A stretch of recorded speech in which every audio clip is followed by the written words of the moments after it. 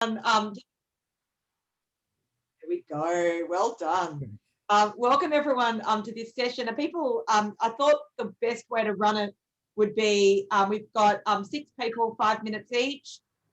We can sort of just run through those in the order that they're there. Does anyone have any order issues? Have to pick up kids or perform other tasks? Silence is good. Okay, we'll stick with that order. Sorry, I didn't hear you. There was was there anything? I had a problem with my. Oh, just if people had any need to change the order of people presenting. Then what I propose is present clarification questions only. So if you have something you sort of urgently didn't understand, and then the main discussion all at the end once we've had each of those 5-minute lots. Any objections? No, excellent. I'll try to keep track of things. If someone else can time me, just because it's very hard to time yourself, that'd be great. And just sort of, you know, do that or something on the screen if I'm going too long. All right. What I wanted to talk briefly about is how I like to think about this sort of governance question. The way it's often dealt with is this sort of what I would call the no law trope, right? We have no law for the latest technologically mediated situation, or law has gaps. Deloitte has did a whole map of the world about cybersecurity laws and said Australia doesn't have any, right? We don't have cybersecurity laws because why? We don't have a piece of legislation called the Cybersecurity Act. Germany has that, and so they have cybersecurity laws and we don't.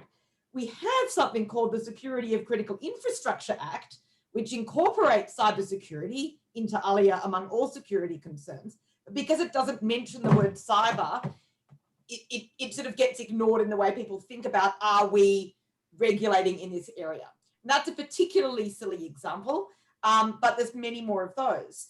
And we use similarly problematic language when we talk about regulation and governance. So we say, let's regulate AI, or going back in history, let's regulate nanotechnology, or whatever it might be.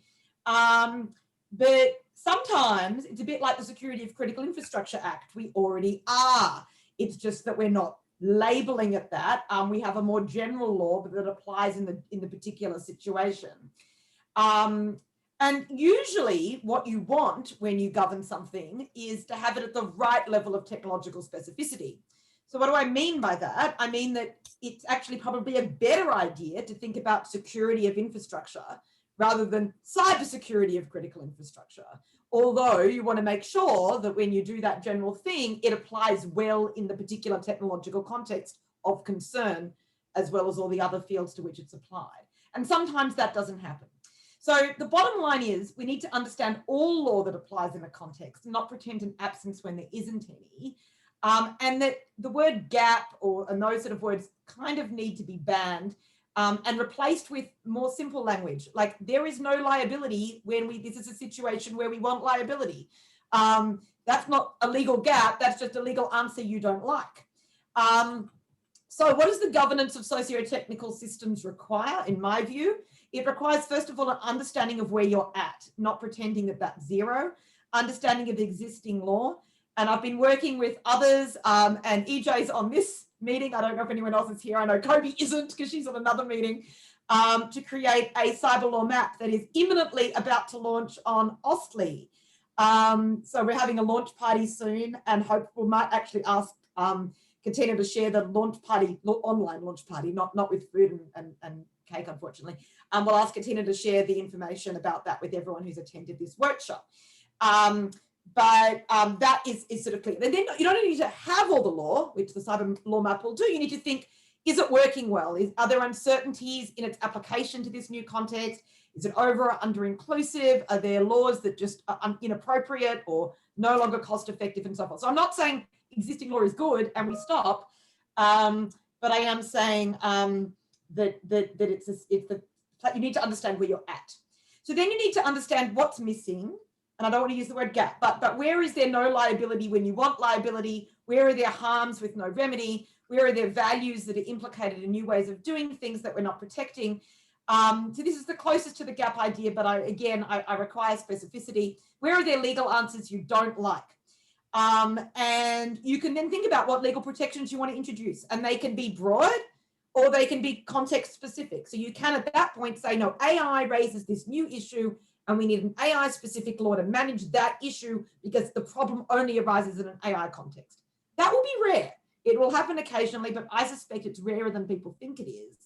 If you think about the way people talk about it in the past, people kept saying we need special laws to manage privacy in the context of drones, right? Just to give that example. But I would argue, no, I want laws that protect my privacy from non-authorized surveillance, right? That's what I want. I don't really care if it's a drone, a satellite, some new fanangled doobie we haven't invented yet.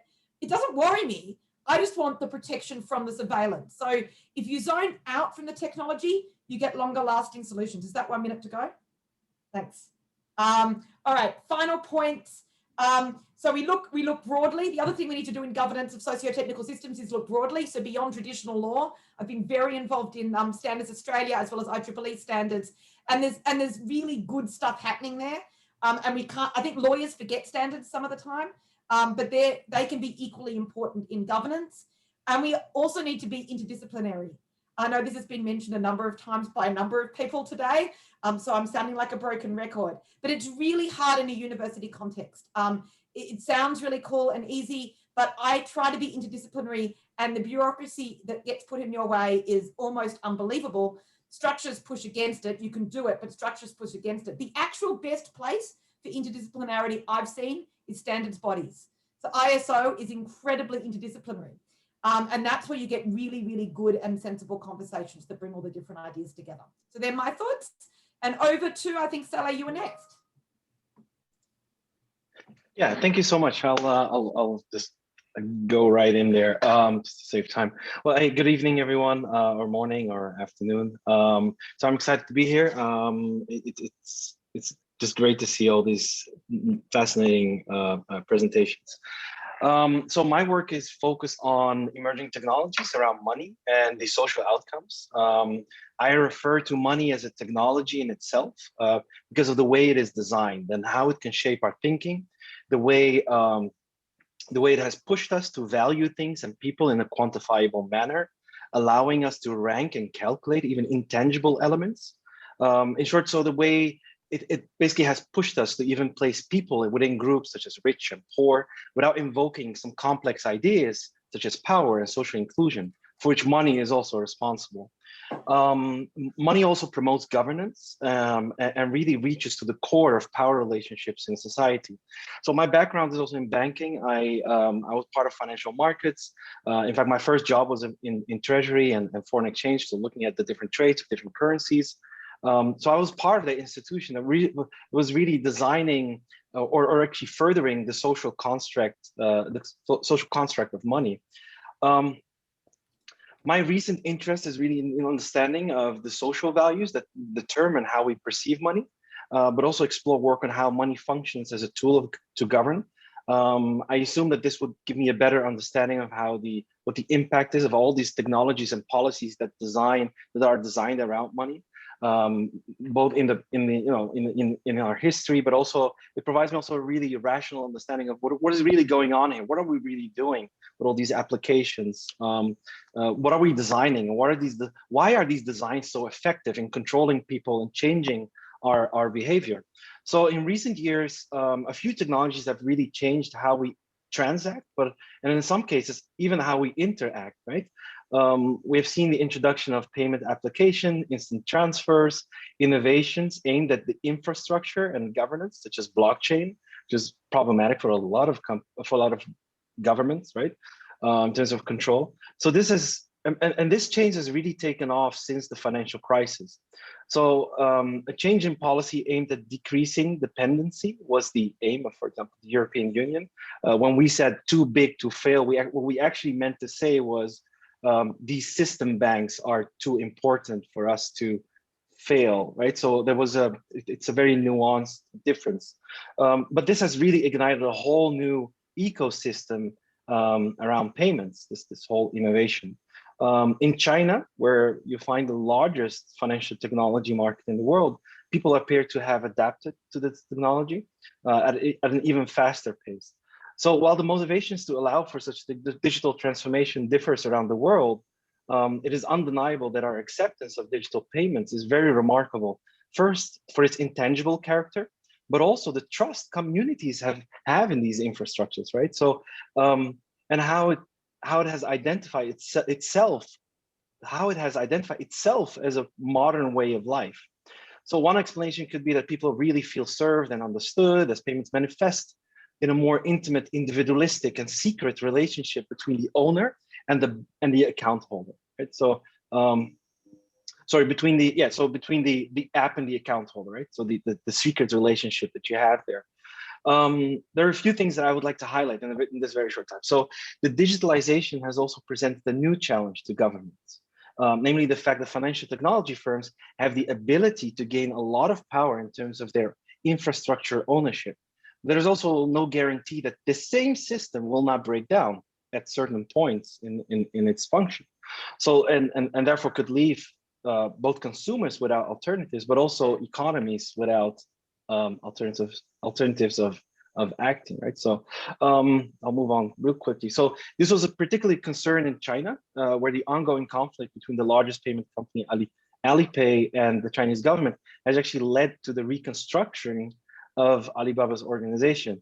And this is why. So even if we can guarantee sufficient competition in the market and secure our infrastructure, the current digital payment system still does not allow for governments to manage their economy in a very precise manner, right? So governments still have a difficult time controlling their money supply and are in a way constantly looking backward. And they have forward-looking methods such as sanctioning bank accounts, politically exposed persons, people they identify as terrorists, et cetera, et cetera. One of the methods that is now currently in development, and sometimes in actually realization, is digital currencies, which is different than what we know as digital currencies, right? So this digital currencies is it basically functions the same way as the blockchain, the ledger, recording every transaction, allowing each transaction to be traceable, albeit non-anonymous. So recent surveys actually show that 80% of the central banks around the world are at some stage of developing such digital currency. This includes the United States, Japan, China, European Union, but also smaller economies like Cambodia. The most advanced ones are the European digital currency and the Chinese digital currency. So what this basically means is that money and the accounts are not located with private firms, aka banks, such as Alipay or Venmo or other banks, but at the central bank level. So the design of the system would allow for the ability to monitor in real time how money is spent, but also allows central banks to control money supply and earmark money to designate it for certain groups within the economy.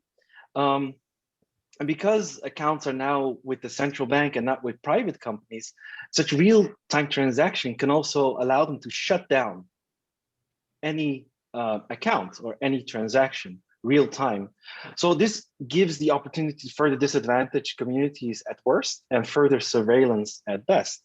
There are also predictions on how this payment system would further integrate in global infrastructure. So, but whatever the motivations are, there's no doubt that if indeed successful, the current digital payment system as we know it is only a middle stage, or as I say, the transition towards a final piece of surveillance state. This is especially worrisome when considering deployment of systems that can be combined and can provide extensive pattern analysis. So I'll conclude here, but at this moment there are first rollouts of this digital currencies, right? So in China it is now going on, but in Europe they've put it on hold. And the idea of governance and money is again not new, but it is essential to take a step back and understand where this process is taking us, especially because the evidence that money and the institutions in its orbit are in fact how power transitions and behavior is orchestrated. Thank you, Salah. That was great. I'm assuming, by the way, if anyone has any clarification questions, they just put their hands up. So I'm trying to keep my eye on that. But let's keep going. So Elma. Can you see my screen? Is that okay? Yep. Okay. Hi, I'm Elma Hajric. I'm a PhD student in Human and Social Dimensions of Science and Technology. and I want to talk about data governance, which is a huge topic for 5 minutes, but I want to specifically talk a little bit about data ownership. So why do I want to talk about data ownership? I think we've put an emphasis on privacy a little bit too much when we talk about legislative frameworks. I don't think that is all encompassing of what we need to talk about with emerging technologies. And I don't mean data ownership in the sense of property. I think that becomes really complicated very quickly when you start talking about biometric data. Like, how do you assign value to how much your fingerprint is worth? Or like, why is your fingerprint worth less than Bill Gates' fingerprint? And you start to get into social tiers and a huge human rights issue. But I think we need human rights in digital spaces. And I don't think that's being emphasized enough with just the privacy conversation. That's also become a huge marketing term and very sort of one angle of a much broader issue. And I think AI really complicates data governance.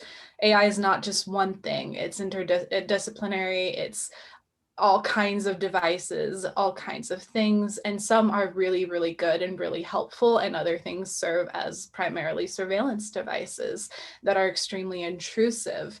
And I think AI requires innovative governance, and some frameworks that we've seen coming out of this are like agile governance ideas. Data trust is something that's really been a late concept of data as a common good, but I push back a little bit against that to talk about data ownership, because what about brainwaves? What about all of these emerging technologies that are becoming more and more intrusive? How do you emphasize what is yours and what is kind of my body, my rights element?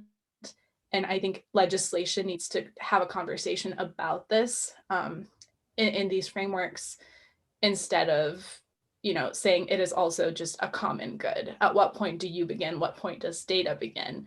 And I think this just needs to be part of the conversation. I think often the fallouts are pushed downstream, and we try to do back patching and kind of putting band-aids on too late for all of these problems that are created in these environments that frankly, under traditional systems and traditional frameworks, cannot have a late fix. I think talking about data ownership at the beginning and at the forefront, and establishing human rights in digital spaces is a way to upstream some of these problems. And I would just really like to have more discussions around this. So not only talking about it later on, and having it layered in, as with privacy by design gets layered in throughout different steps. I think it's also important to talk about at the beginning, so that data rights are also including ownership concepts from a human rights perspective, not necessarily property again. And this is primarily in response to emerging intrusive technologies. Thank you. Thank you, Elma. That was great. No clarification questions, so on to Greg. Thank you. It's great to hear all these great ideas and to see friendly and new faces. What I want to talk about today is a new program coming out of the IEEE Standards Association called Meta Issues in Cybersecurity. And I just want to introduce this a little bit. It hasn't been formally launched, so it's got a website. You can go and find it there, but it's still in the development stage. And what it's looking at, it's sitting within the context of the advancing technology for the benefit of humanity approach. That's the tagline of IEEE. And it's saying cyberspace is an important location of human endeavor, yet cybersecurity is losing the fight to keep that space safe and trusted. So that's the problem statement. And we see three areas, three particular, and I'm sure there are more, three particular faulty beliefs related to this. The first of these is that security can be added on at the end of a product or service development, and any cybersecurity person will know that's wrong. The second one is that cybersecurity should be based on what you can afford.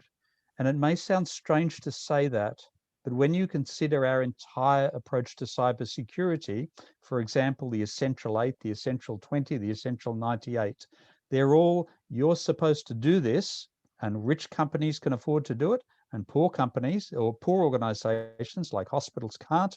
And therefore, what we're telling people is you can have as much cybersecurity as you can afford. So that's opening up, that's creating the haves and the have-nots.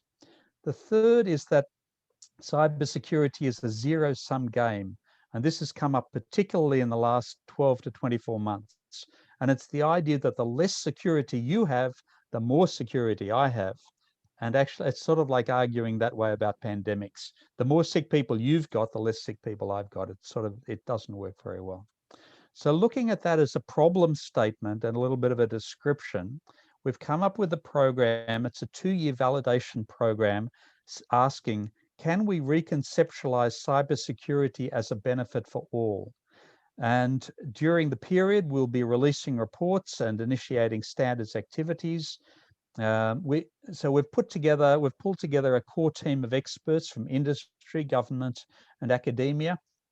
And it's not publicly available yet, but the mentor for the program is Bruce Schneier, who's a well-known cryptographer, and we have a number of very famous, very prominent people on the core team, and we're hoping to engage widely with a range of people.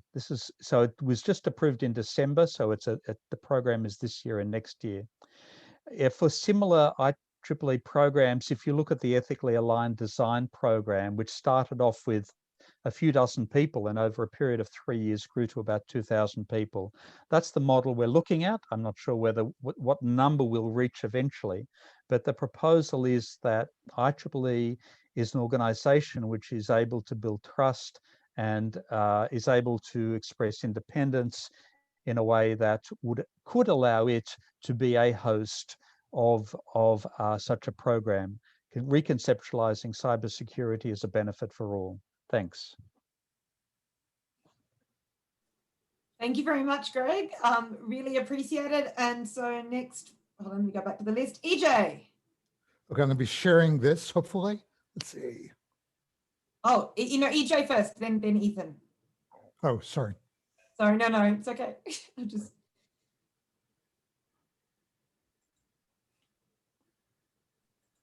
Ethan, you go. You've got your Okay, view on. Ethan, we'll just switch you guys around. Thanks, EJ. Okay, let's see. Okay, I come to the area of cybersecurity from the perspective of the international law governing cyber operations. And I was a Russian studies major, in school, and then I went to work for a law firm doing basically foreign trade and investment in Russia. So my perspective is really that of cyber from a conflict standpoint. And one of the things which is critical to that worldview is the national security problem of the United States and Western countries principally arises from China, Russia, Iran, and North Korea. And also there's an assumption, which I think is shared, that there's no way to address the threat of cybersecurity in a unified way. Just for illustration purposes, to get an idea of the extent of cyber harm, you see some cyber attacks there, and then you see some natural disasters. But in terms of the harm suffered by country, it's broken out here, and this is in thousands of dollars, where the US is the most, China is the second. John Bateman is someone who's been trying to propose that there be an evolution in cyber insurance in the United States, which is largely based on that which exists for insurance against exclusions for war and terrorism, to eliminate those so that the US government would be backing up the insurance industry. But if you look at these things, they're not as clearly defined as to what is state-sponsored, what is not state-sponsored because it's always the attribution problem, which is always going to exist with respect to cyber conflict. What's interesting is that private companies are expecting to get government help without necessarily doing much in response. For example, if you look at like Western companies which are active in China, when they suffer problems, they're looking to the US government to help them, but they're not really willing to help the US government share in the information they have about the threats that they're dealing with. And you see sort of the cyber hygiene things that they should be doing.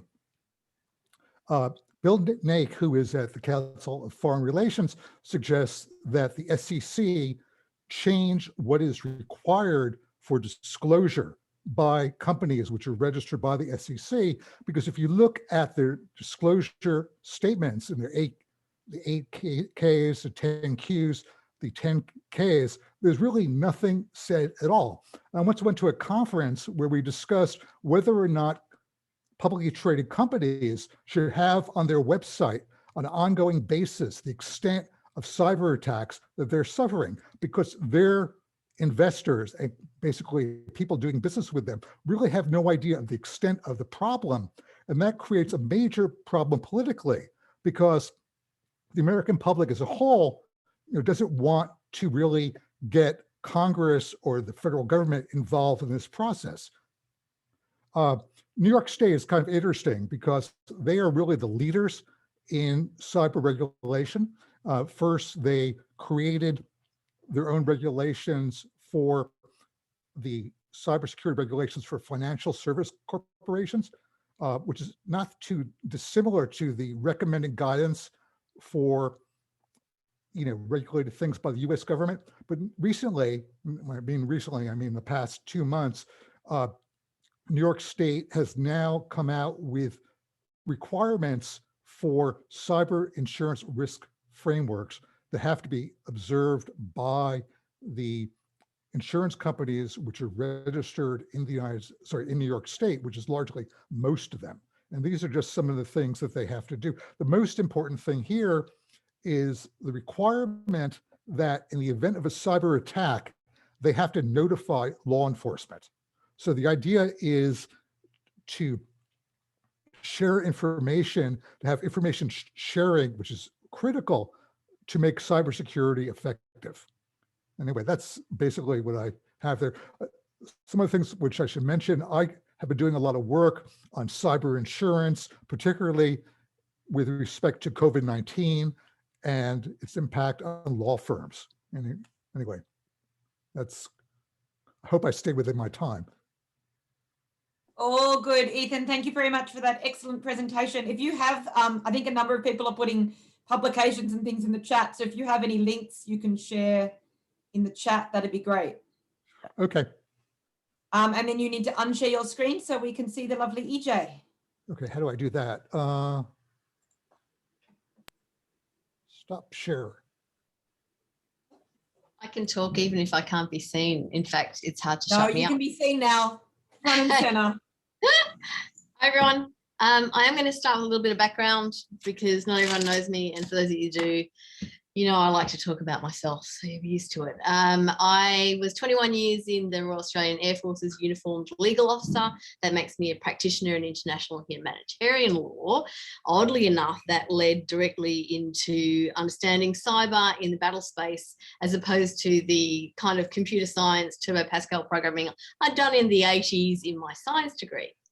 So that was all very interesting, and I was posted to the 462 Squadron of our Air Force, which is the Cyber and Information Operations Squadron. So I'm always aware of the information operations underlay of all of everything, including this morning's media war raging large, for those of us in Australia, between Facebook and our government. I moved on from that. Oh, and I did a 3-year posting to the Pentagon. So on exchange there, worked with JAGS and was fortunate to actually contribute to the cyber chapter of the Law of War manual for America, which is strongly referenced by the other forces in the Five Eyes community. I'm now an adjunct professor at Deakin University, and in terms of interdisciplinary, I'm happy to say that leads me to being in one faculty, which is the Faculty of Science, Engineering and Built Environment at Deakin, but also I'm a sessional academic within the law school at Australian Catholic University. So yeah, maybe slightly interdisciplinary. What I wanted to talk about, the topic that I think it didn't get posted, was called to rely on COVI, beginning with the end in mind. And my abstract was that we speak of security in the environment, in technology and in society. We talk about security by design. How does AI lend itself to better cybersecurity itself? And conversely, what planning is necessary in the creation phase of artificial intelligence so that cybersecurity isn't a continuous and awkward retrofit? And it almost sounds like I'd pre-briefed everyone here to talk a little bit about this for me already, so none of it's terribly new. But I did want to say a couple of things. For example, if anyone heard my earlier point about diversity and ecology and the need for more than a sort of monocrop for survival, I think that's especially applicable for cybersecurity in artificial intelligence, but also out of it. So we can't only have one lens. As Facebook this morning showed us, the default regulatory environment of the capitalist enterprise construct, business and companies, and touches on your point, Salah, about money. None of these institutions build our trust by doing what's in their own interest. However, the capitalist construct is that when you're doing what's in your own interest, you're fulfilling the capitalist model. So there's a sort of interplay there. What it leads to when it is done by default through companies' own design, it's at best it's unreliable, and at worst it's unsafe and untrustworthy. Elma, you talked about my body, my rights and pushing downstream some of the problems, and I think that's exactly right. We can't have good AI by thinking about cybersecurity as an afterthought. It needs to be thought of right up front. And then finally, I was going to say, and this is almost poetry, it's not as poetic as other people speaking earlier today, but I came with this from an ecological perspective. Hope you like it. The tree's strength is seen not in the tips of its leaves. Its strength begins in a deeply interdependent way, deep within the soil, beyond indeed its own deepest roots, and into the very fabric between it and its connection to other plants, microecosystems within the soil. We're all stronger together.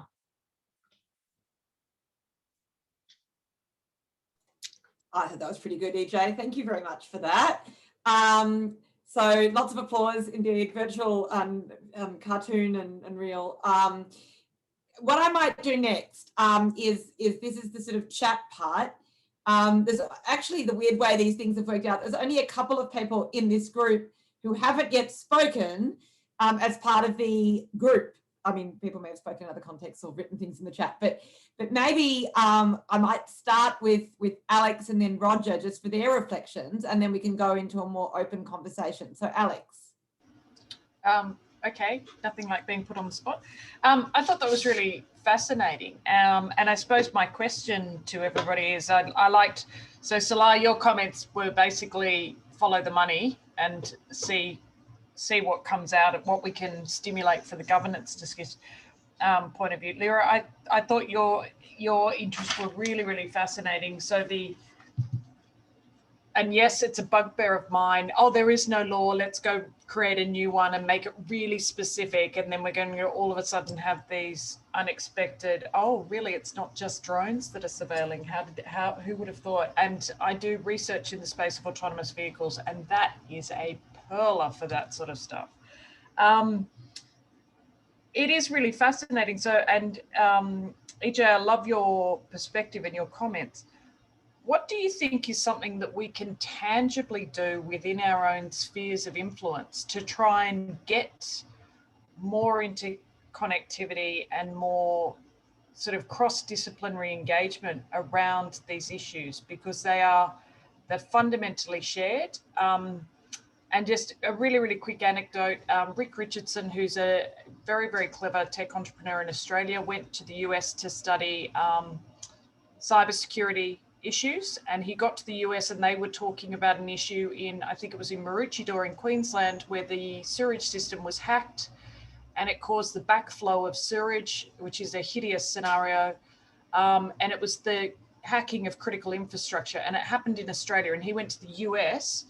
And then he pointed out that maybe the Hoover Dam controls shouldn't all be Bluetooth and Wi-Fi enabled for a vulnerability perspective.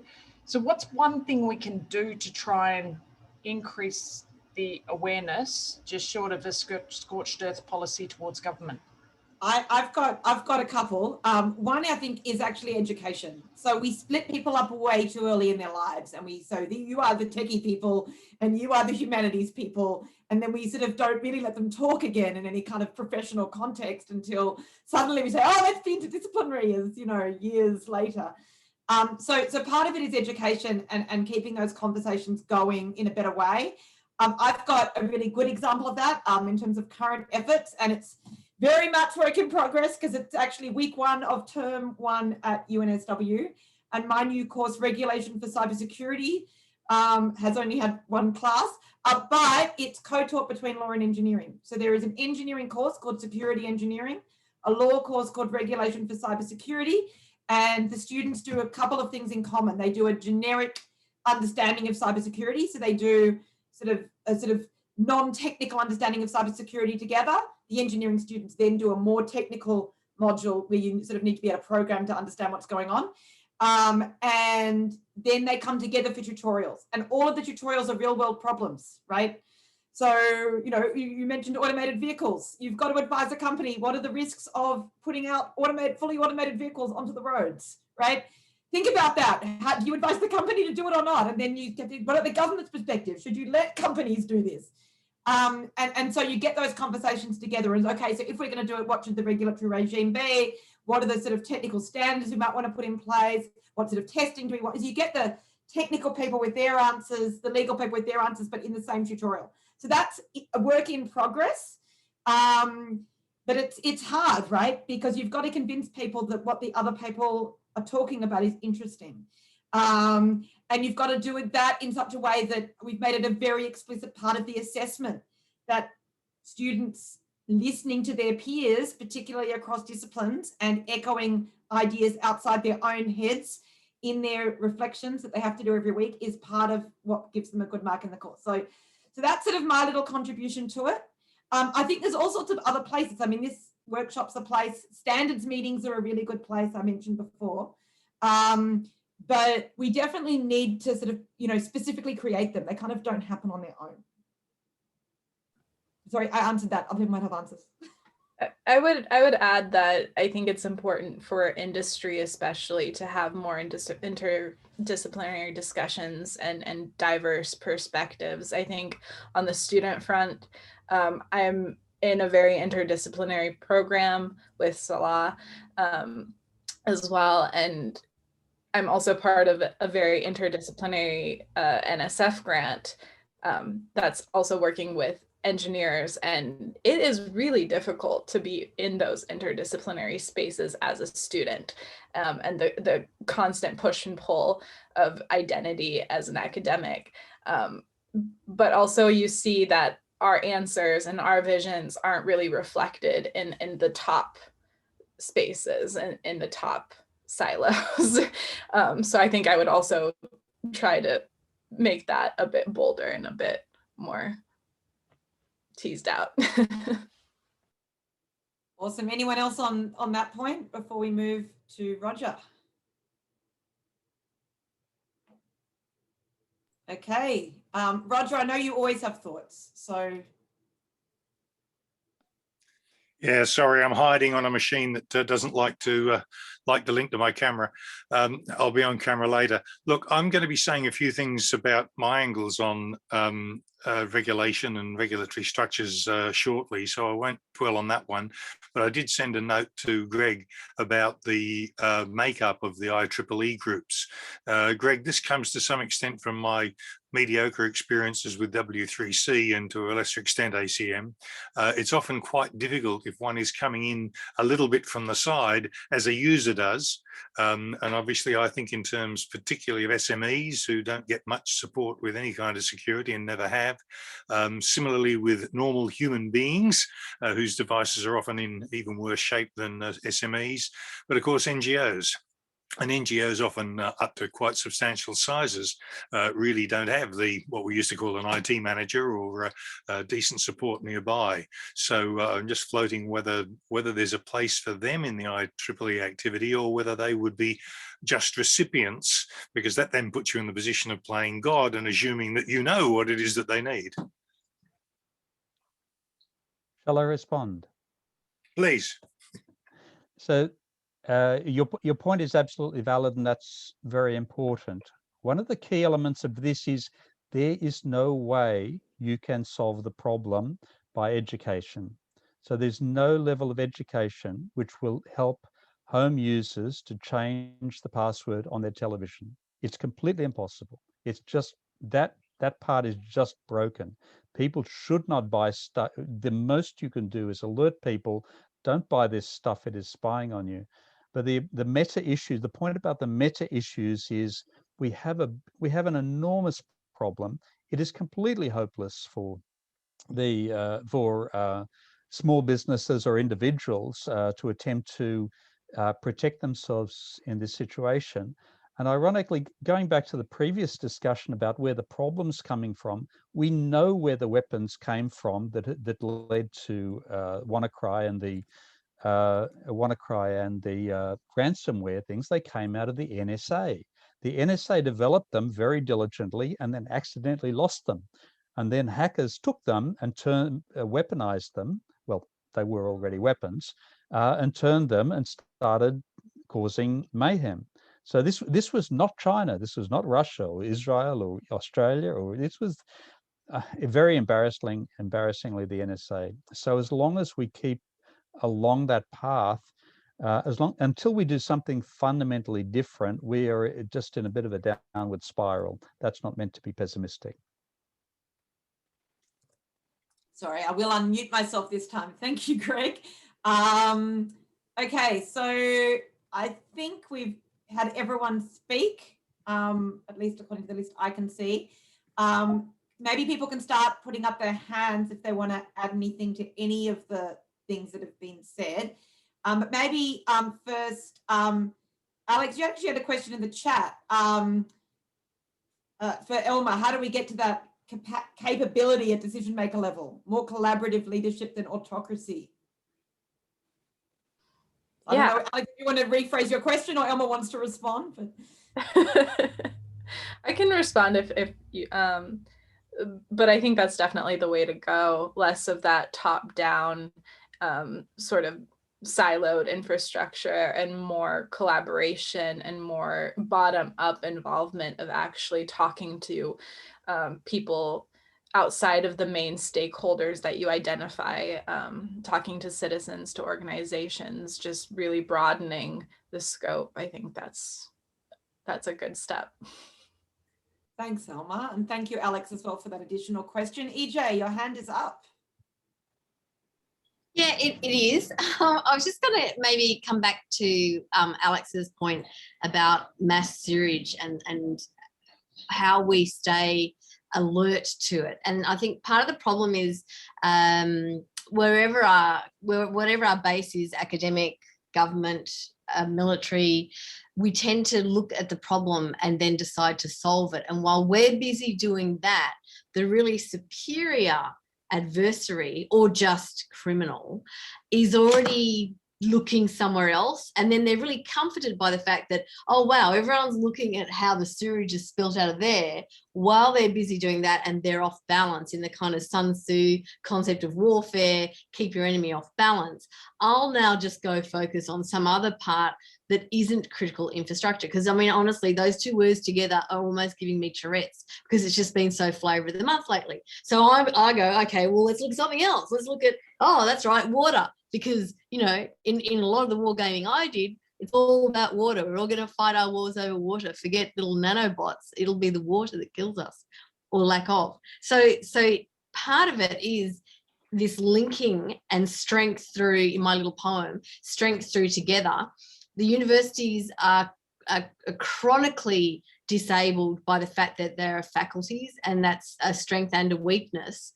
I've had more freedom since obviously leaving the Air Force. That was quite restrictive, and then being in government was restrictive. But by being in private practice, I've had more ability to bounce in and out of different universities, different faculties, and step back. And I think at the end of the day, trust, and I'm not talking about cyber trust solutions, but building trust in and amongst places where we wouldn't usually expect to find it, and understanding that you only need certain levels of trust. I only need this amount of trust to get into a taxi with someone, but I want a different level of trust to know my water out of the tap is safe to drink. And what institutions do you trust with that level of trust?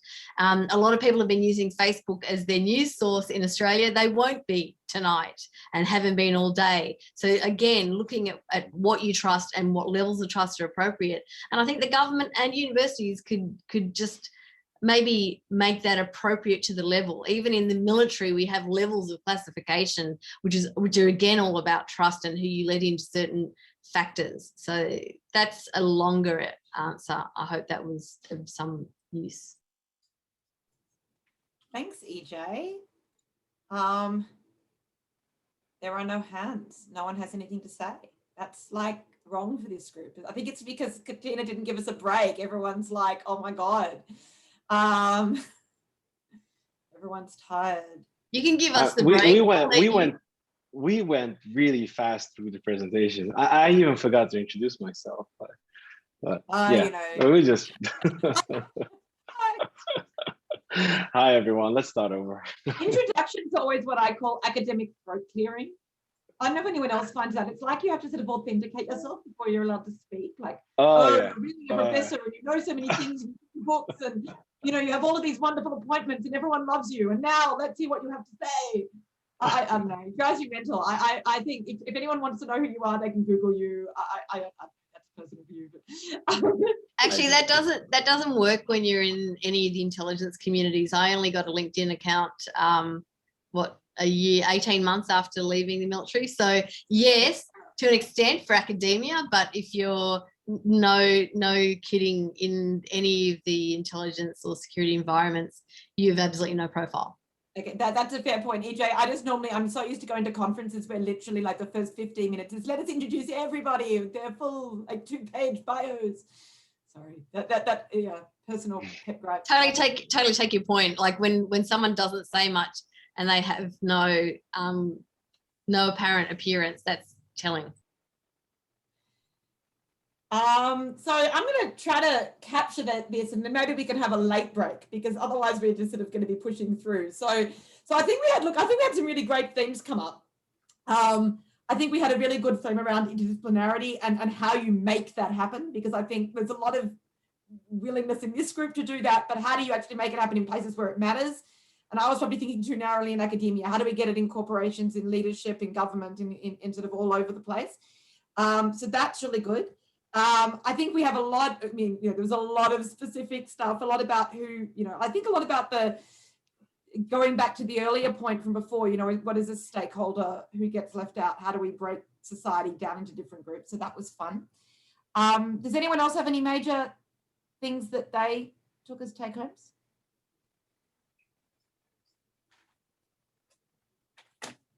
No, I think everyone really wants that break, right? Okay, break.